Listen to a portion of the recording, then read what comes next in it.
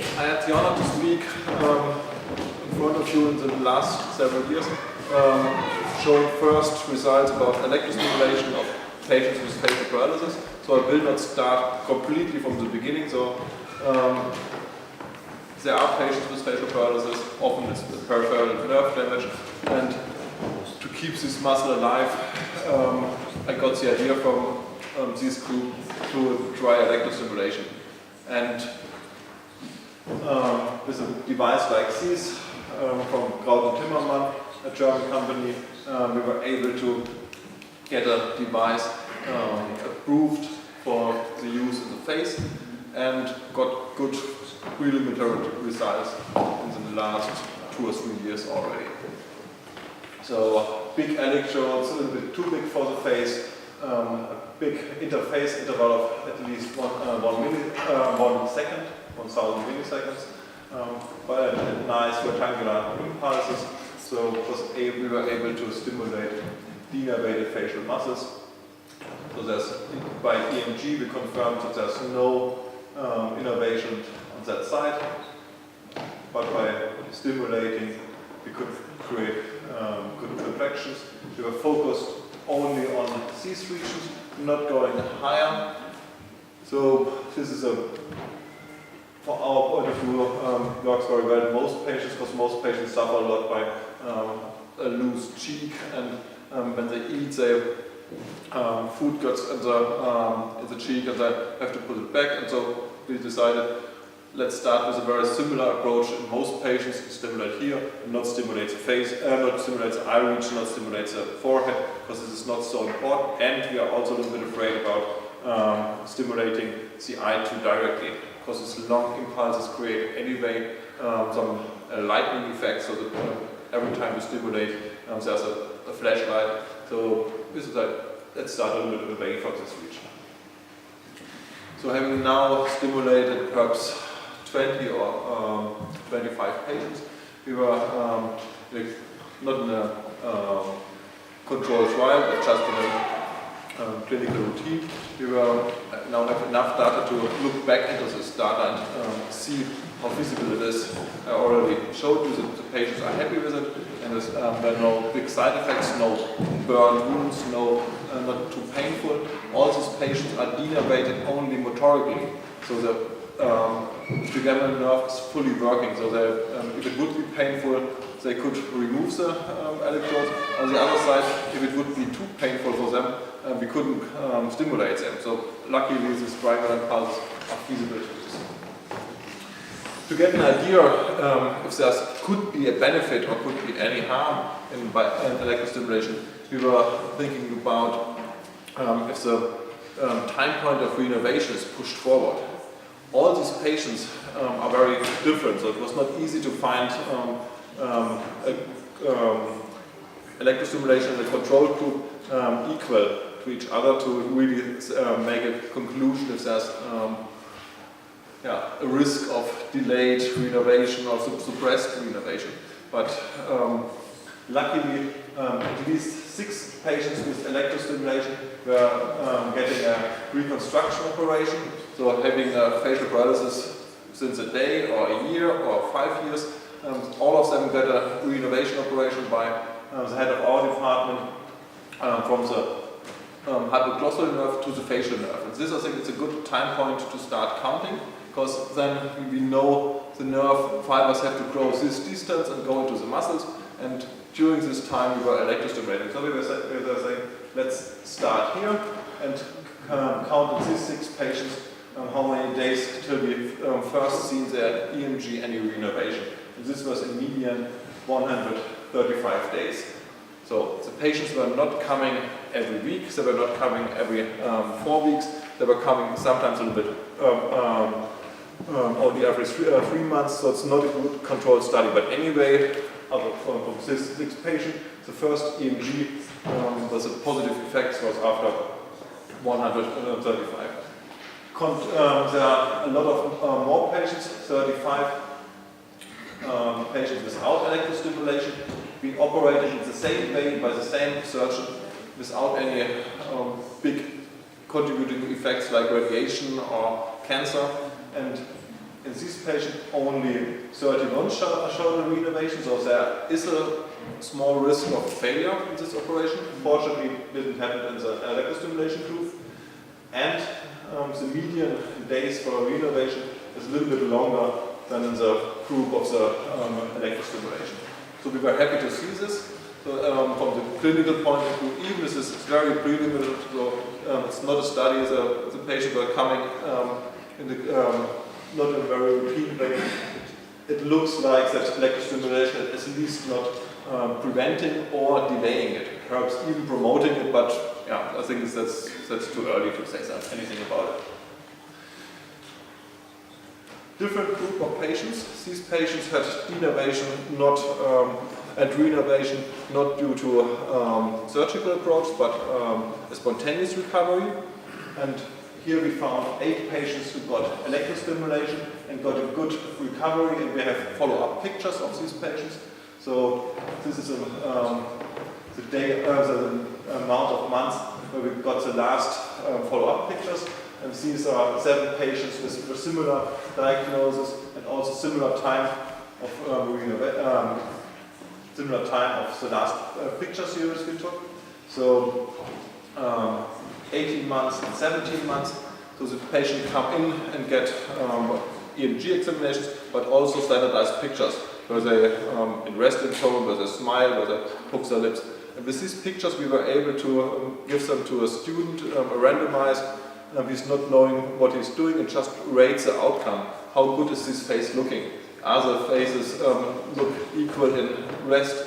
That's the sunny blue rest tone. How good is the movement? If they poke the lips, if they try to smile, how equal is the smile? Is other synkinesis? So if they try to close the eye, is the corner of the mouth moving? And then there's a total score. So this is a standard grading system, not very precise, but at least that's the way facial gradings are done at the moment. We hope to get something more automatically in the future, but yeah, time will tell. So the good things, again, both groups, electrostimulation group, and this is average numbers, and the group without electrostimulation are very similar.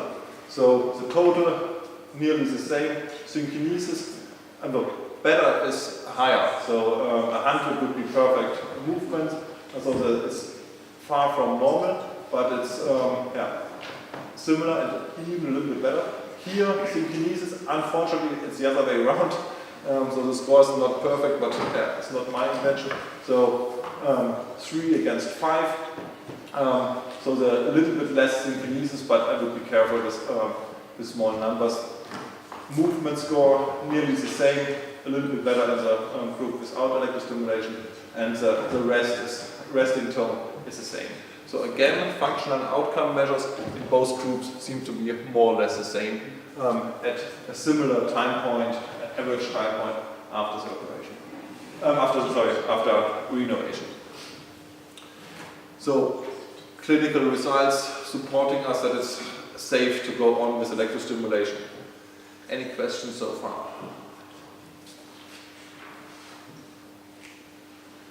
So, with this background and good animal studies and a lot of literature, we were so brave to start a feasibility study with a stimulant. Before, we were using a small device with only 1 Hertz. Now we were thinking about we perhaps can go on with a device able to stimulate more and more powerful, more effective. And we're starting this prospective feasibility study. Now 5 patients are included. 3 of them are affected on the right side, 2 on the left side. For one of them we started 3 weeks after the nerve was cut. So my boss cut the nerve himself, was removing a tumor, we resutured it, and then we were able to start very early. Another patient was denervated in 16 years. So complete, very heterogeneous population. So it's better in these cases to look into single cases and see the time course. So to average these 5 patients is, again, we have to be careful because they are very different. Anyway, we were, all patients are still in the, sorry, first impulse we are applying, so we use stimulate R2 and R2X. So there was a gap between every impulse, but it's at the same length as the phase. So using a phase of, for example, starting with 250 milliseconds positive, then a 250 negative, then we at least need a gap of 250 milliseconds. So my dream would be to have a shorter one, but yeah, it's okay. I think it's for the beginning it was nice. Then 3 seconds on and 2 seconds off, and 5 minutes in a row, then 5 minutes pause, and 5 minutes on, 5 minutes off, and that occurs in the morning, and then at least 6 hours gap, and then the second time most patients do it in the evening. Of course, the thing is not very portable, it's not as nice as a small thing from Gerd and Timmermann, it's really a big piece of hardware, and then overnight, this every day ongoing. So if we were able to change the phase duration from perhaps 250 to 100, the amount of stimuli already got up from 1,400 to 3,200 per day. So by making it shorter, we could increase the training. We hopefully could increase the training effect.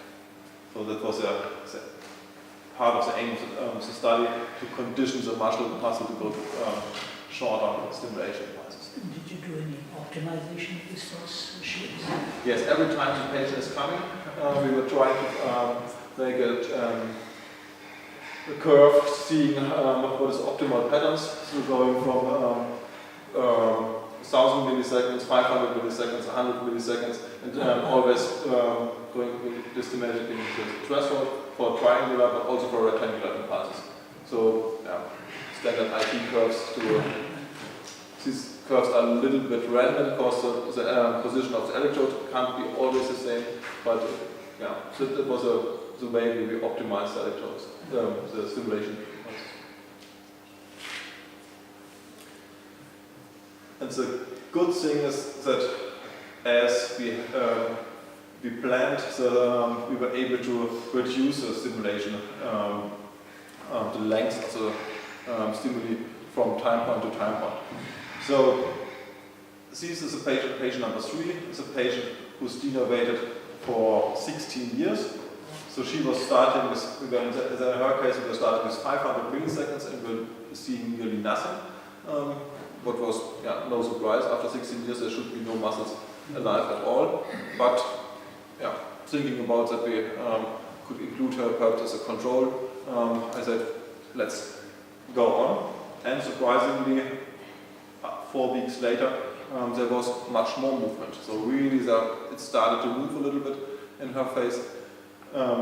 Wherever these muscle fibers come from, but some muscle fibers seem to have survived all the time. The other patient, the first patient is this one, the one only denervated for 3 weeks when we did the first one, and the second one 3 months, and the last one, the yellow one, all 4 months, and this one for more than a year, but he had electrostimulation before with another impulse. So most of them we started with 250 milliseconds and then were able to go down. We are really happy about it. When the patient came in, every 4 weeks, we did the IT curves. We optimized some simulation patterns as short as possible. We adjusted the position of the electrodes to have good stimulation only of the smile movement, as you have seen before, and try to avoid cross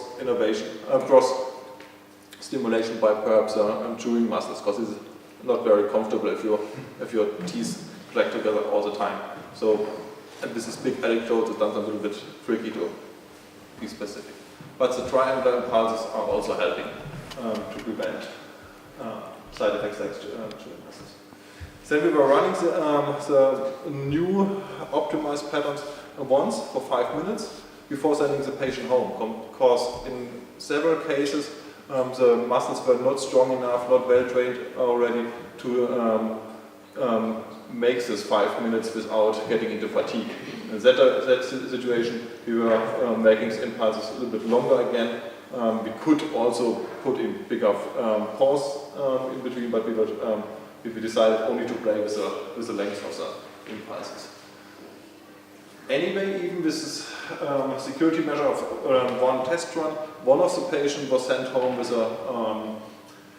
short impulses we were going down from 100 down to 70, and after 2 days she called me and was saying, no, there's no movement any longer. So I asked her by phone, please make a gap for 2 days and then start again. But even after 2 days, the muscle hasn't recovered. So she is living away more than 2 hours by car. So we decided, send me a picture if everything looks fine. Then make a pause for the next 3 weeks, come back, and then we will check it again. And in her case, we really had to go back to 150 milliseconds and then start again. So we put too much workload on this muscle, and this muscle was getting into fatigue. But it was also a good lecture for us to learn. But I hope no harm was created by it. So now I will talk a little about the outcome measures. So all patients were happy with it. Not painful, but of course it could be all placebo effect. A lot of doctors every 4 weeks follow up. Nice scientific stuff, ultrasounds, MRIs. So perhaps the patients are only happy because someone takes care of them and they feel that they could do something for their muscles. So we are desperately looking for hard outcome measures, and unfortunately I haven't found the perfect tool yet, but I'm still hoping to find it. So easiest questionnaires. So give the patient a standardized questionnaire. How well is your eye? Do you have any pain in the eye? How well is chewing possible? Are you going out and eat in restaurants? Yes or no? So this is a standardized questionnaire.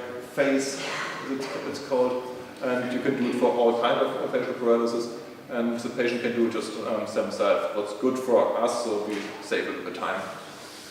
And there was not much change over the time in this patient. So this is a single patient. There's a little bit of trend upwards, but the patient are not renovating, so perhaps it should be that way, because we are only stimulating them. So questions like, can you close your eye? Would be strange if they now can change to close their eye, or just by electrostimulating here. So facial movement. But if you look a little bit closer in the subscore of the movement, there is something going up. And this is patient number 1, and here renovation takes place. So this patient is the first one, the one we cut the nerve and has good recovery. After 3 months, first EMG results were positive, and after 4 months we stopped the electrostimulation, and now she's getting volunteer movement. So we see this upward trend. Nothing to do with electrostimulation, but it's nice that the method is sensitive enough to see it. This patient is a patient who was denervated for so long time. She's also getting a little bit more movement, but she's not completely denervated, but someone has, or the plastic surgeon has connected her temporalis muscle with her cheek, so she's able to smile by biting a little bit, and this ability seems to get better by electrostimulation. So what's really interesting, what we are doing here, why is now the corner of the mouth a little bit more movable? Perhaps the fascia are now moving better. What's interesting that we have a small increase here, but it's still subjective. So we have to look into the movies. Where also have movies. Oral function. We have seen this is a score with the best upwards effect, and even before renovation. So here you see that the mean goes up a little bit, a lot of variation in it. In contrast to the eye comfort doesn't change. And that's, I think, nice, because we stimulate the mouth and not the eye. So if something goes up here in the early days when there's no renovation goes on, it makes sense that the muscles are a little bit more tight here. And for example, the food is not pooled in the cheek so much, if it would be all flaccid here. But yeah. So this is the oral function, the subscores, and this is the individual scores. So no change here, but a little bit of improvement in here in this patient. Mostly in patient 5.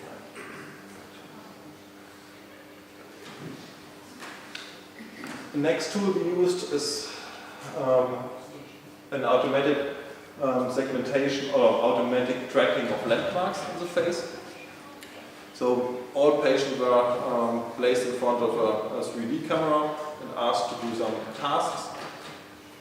So 3D pictures are nice but difficult to show in an audience. So and still we are struggling to find a good way to present the results or to get good outcome measures out of it. Part of it is to break down this whole web of muscle surface to landmarks and do this as automatically as possible. It is possible, there are tools around putting landmarks in a very standardized way in faces, but they don't work too well for facial paralysis patients, because if they are too unequal, the algorithm don't believe that the corner of the mouth on one side is so much deeper than the other side. So they jump and look for something else what could be the corner of the mouth. So we have now to train this automatic algorithm that people with facial paralysis are not as other people. So that slows us down a little bit. So, but if you could correct these landmarks, and then we could relearn the algorithm and hopefully then get automatic landmarks. But in a case like this, you can perhaps understand that an automatic landmark system is sometimes challenged, so they expect something symmetrically, and our patients are everything but symmetric. So this is a heat map trying to a very easy algorithm, bringing one mask every 4 weeks over the other and try to minimize the difference between these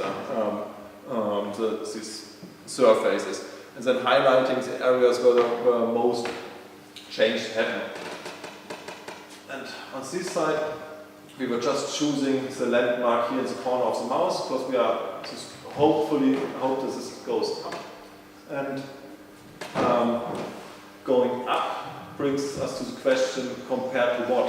At the moment, the easiest thing was to compare it to all other landmarks, so an average of all other landmarks, but that's perhaps not the most intelligent way, because so many of these landmarks are affected by our training, or by the patient having opened the mouth a little bit, or the patient coming out of a cold winter day in contrast to a hot summer.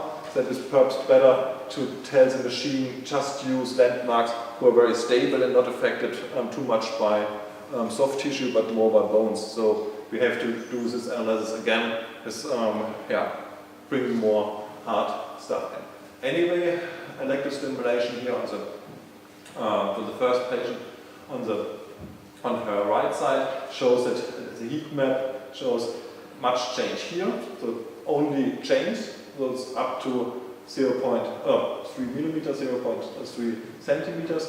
So there seems to see something going up, but difficult to quantify. But this picture looks nice. So taking now the graphs, not taking now just this landmark and compare it to the rest, you get these.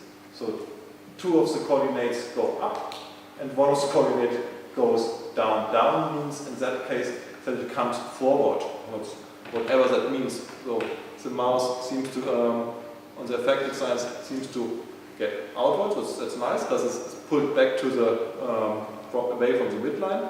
It's pulled up, that's also good, but it's also pulled forward, and that's we don't understand. So, but that's the reason we have to really look more in more detail and reference it to bone things and not to the mesh of all the other things. So we flip through the others. Again, electrostimulation on C's right side. Not such strong effects. A little bit at the end, but Here, one of the coordinates, the x thing, the horizontal stays more or less equal. The other go up. That's nice, but not as impressive. That is a patient with a long lasting facial paralysis again on the right side, but little change on this side. But in average, even they go down a little bit. Even this patient is one of the most happiest with it. On the other side, denervated since 16 years, yeah. So perhaps it will go up in the next time. Or the next months, weeks, years. I don't know how long I will able to continue the study with her, because I don't expect that there will be renovation ever take place, but she would be happy to take the machine home. Probably. Or to keep the machine home. She has it at home. That's a patient with the strongest effect on the thoracic side, and here all curves go up a little bit, not at the end, but yeah, as already mentioned, there is noise in this thing. So if the patient is having a cold perhaps the day before, and also there's more water in the tissue, it could change the whole 3D images. Last patient, also on the left side, and 2 lines go up, 1 go down. Yeah. So my initial hope, and still my favorite technique to quantify these results, are the ultrasound pictures, because there we really see the muscles and hopefully get results of it. So these I've already shown. Patient with denervation, here's the muscle, and it goes down, and then it comes up after some months of renovation. And at least in some of these muscles, we have seen similar effects. Depressor anguli oris muscles are pulling down the corners. This is one of the earlier shows was going up from 10 millimeters to 12 millimeters, so 20% increase. Great. Zygomaticus muscle, our most interesting target, from 14 to 15 millimeters diameter. But another muscle also in the field of stimulation, not changing at all or even getting a little bit smaller. So same problem. Now we have anonymized all data and gave it to a student who has to draw all the lines and all the muscles for all the time points, and then we have to unblind it. Unfortunately, it's not ready, and it's a half segmented study I can't show here, because otherwise I would have to unblind it, and so unfortunately I can only show you this sneak preview, but I hope that next time we see that the muscles get bigger. We also put the patient in the MRI, because our neurology department is interested what the brain is changing, what the brain functions are changing in patients having not moved muscles for months or years, and now getting movements. They were saying, okay, if you need scanning time, just feel free, and we can arrange this, and we put the patients in the scanner. The patients are not so happy about being put in the scanner every 4 weeks, so most of them are happy with a 3D camera and driving 2 hours to our hospitals, but and even with need EMG, but not being put in the scanner every time. So we couldn't convince them. This is the first patient to come every 3 months. In her case, the denervation was very fresh. The light blue line is the lesion side. The dark blue is a contralateral healthy side.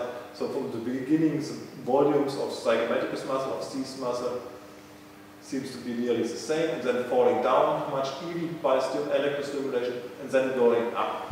So it would be great if that would be the curve of a completely denervated muscle, but as I already mentioned, this patient has also renovation at the last time point. So there is a success of our treatment, but perhaps more by a renovation than by electrostimulation.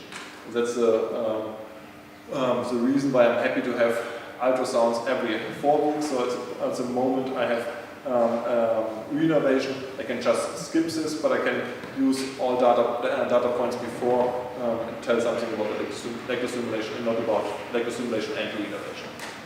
And the second patient, she's waiting for renovation and still is down there, but I hope that in the next month we can perhaps see that it normalized. At least MRI seems to show that the muscles on the affected side are smaller than on the other side. And the results are not too jumpy, so there's not too much noise in the result. Even the resolution of the MRI is much worse than the resolution of the ultrasound. I've shown you these. These are the durations for the impulses we need to do the surface stimulation.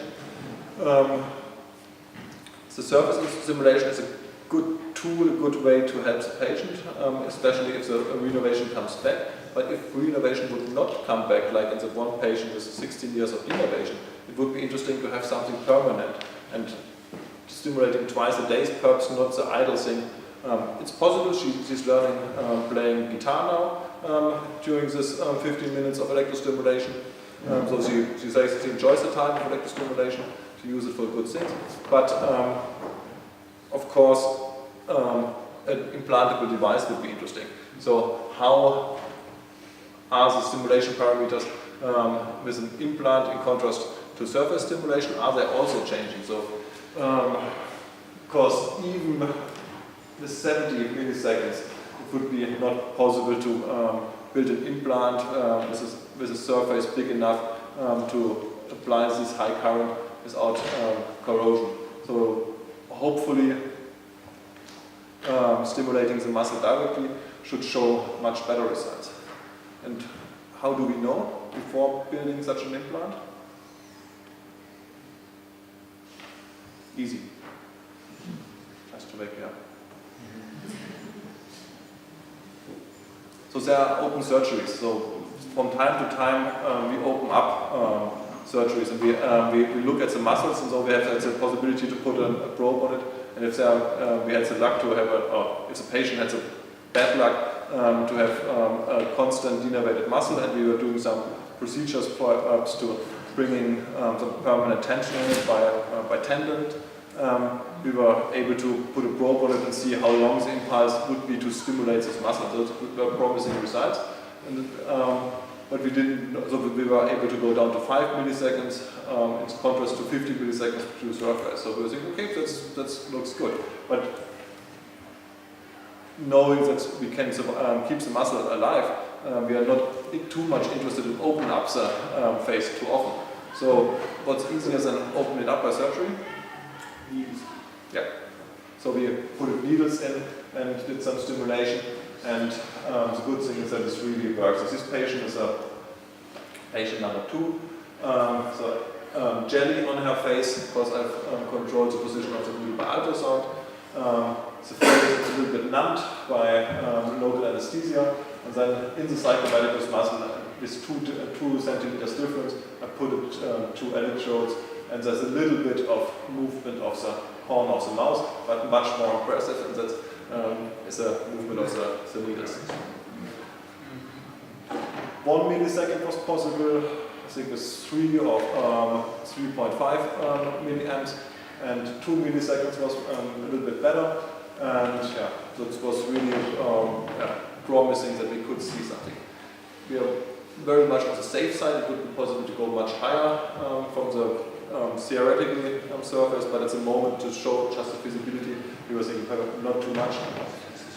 In the beginning we were using only 1 electrode. The patients don't like it too much, because then the currency often goes to the teeth, being so close, and they were a pain in the teeth. So the idea was to put a second electrode in, and then they only feel the movement. So they don't describe this as pain, they describe it, okay, it feels like something contract, and this is, yeah, that's what it is. So they feel the muscle contracting.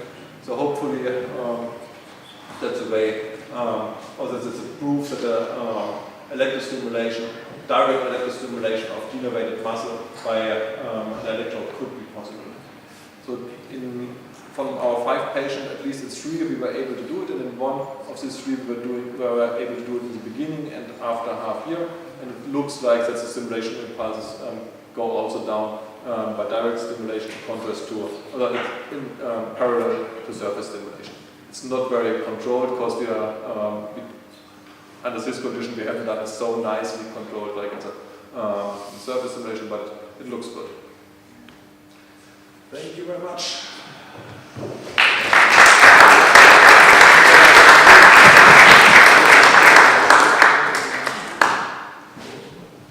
Any questions to this talk? How big was the active area of this knee? Johannes told me. Yes, but it also sent me the surface. Yeah, I think 5 millimeters are de-insulated. officially, checking by microscope, we're seeing that it's a little bit less, but yeah. So it's a cone formed needle, so it's difficult to. Yeah. And did you ever try some kind of fine needles or electrodes? You put in the electrodes and then you have adhesive dressing and then you have the wires and then. Would be nice for showing the principle a little bit more in a natural way. But the hooked wires electrodes, I would expect corrosion even more. I think it's, this is a safer way to have very big. Curl it up a little bit or something like that. To have big surface. Bigger surface. This would be unapproved. Is approved electrodes and 4 millisecond pulses. After a few minutes of stimulation, all the de-insulated wire is away in tests in Jena. Yeah. And what would be the maximum load or charge with these needles? What Johannes has calculated, even 10 milliamps would be possible. So even with, I think it's 2 or 3 or 4 even. Yeah. So he was saying from the official what is allowed from the legal side, they are very give us a wide window, and even if you calculate very conservative, it's okay. And it's proven stuff. So we could ask the ethics committee, and they were able to give us approval because there was a CE mark for this indication on it. And this is often the problem, that even if you know that it's safe. So it was not a medical device study, it was only yeah, otherwise it would be become really complicated. So we often have to think about, it's the same with electrodes, that the devices are certificated for this big 6 centimeter to 4 centimeters electrodes. It would be much nicer to use 3 centimeter electrodes, but they are not approved for it, so it's easier to use the standardized approved stuff instead of going for a study changing it. But I talked to the producers and hope that the next product will perhaps have some approval for smaller electrodes, at least for below 10 milliamps and interface and some. I just present her results as fast as possible. Surface electrostimulation, different impulses we were interested in as a biphasic in contrast to the triangular impulses are feasible in the face. These was an open question 3 or 4 years ago, so we are now 3 steps further already, but it was done by a master's thesis from a PhD, from a medical student, and often these things take longer than you expect. He already started to work and has now a baby, and so the thesis is not ready yet, but the results are, I think, interesting enough to show shortly. That's the student. He had used this medical device, a Gerd 4, and used it in 3 different areas of the face. And we were thinking about if it's possible to do it here, in this where little fat is, in this region where the parotid gland is below, and in this region where more fat and the tissue is different. And perhaps there are only, we were worried about that the face is too sensitive and not in all areas we could apply the currency so easy, and that there could be perhaps a big variation between different humans. So we were doing it with 48 healthy subjects, and we were randomizing the order of the stimulation, so that was really a very fancy design to avoid any learning effects in the participants. And the pain was measured and the minimum amplitude was necessary to see some contractions, but also the maximum amplitude able before the patients, before the volunteers were complaining about any discomfort. So, not surprisingly, the curves here for the eye looks like this. So the triangular impulses need a little bit higher amplitude, and especially here with the very long ones. So this is in the eye, it looks as expected. If you go now from the split up between motor stimulation and discomfort, So the red one is discomfort, and the blue one is motor stimulation. You have a nice gap. You have this area where you can work, where you can stimulate without creating discomfort in both kind of impulses. So, and this is what we are using for our study at the moment, that the patients for the first stimulation are a little bit surprised about it or even don't like it, and after a few seconds of stimulation they feel, okay, it's fine, it's nothing unusual, and if you come back after a few minutes, the patients are often already have started increasing it and asking what is happening if I turn it on, is it better to go to double the amplitude, they say, slowly. So it's really something they get adapted. Little difference to the cheek, and again a good gap between electrostimulation for motor contractions and the discomfort level in both triangular and rectangular impulses, and the same for the mouse, pretty much the same. And here I compare all three regions, eye, cheek and mouse, and the eye is a little bit more sensitive because less fat tissue, perhaps closer to the bones, so not only the skin is hurting but also perhaps the bones, but actually nearly the same curves. And we were surprised about it. It makes it easier for us as therapeutics, and we can put the electrodes everywhere, or more or less everywhere, but yeah, we didn't find any significant difference in between. So all 48 volunteers had the discomfort level higher than the minimal motor response. It was good. In patients with motivation, it's even higher, because discomfort is something a volunteer is complaining very fast, in contrast to someone who hopes for personal benefit from it. So this was encouraging. Triangular impulses have a little bit higher threshold than rectangular impulses. What's not surprisingly for all of you. And the eye seems to be the area with the lowest amplitude for contraction. So the muscle is very close by, and you see the contraction of the eye very early, but also the discomfort level is in that region. So that's not too surprising, but nice to confirm. And having this, if I would have this study before, then I could start with the next thing, what I've already presented. But often, yeah, research goes the other way around. But now we know that we are allowed to do it.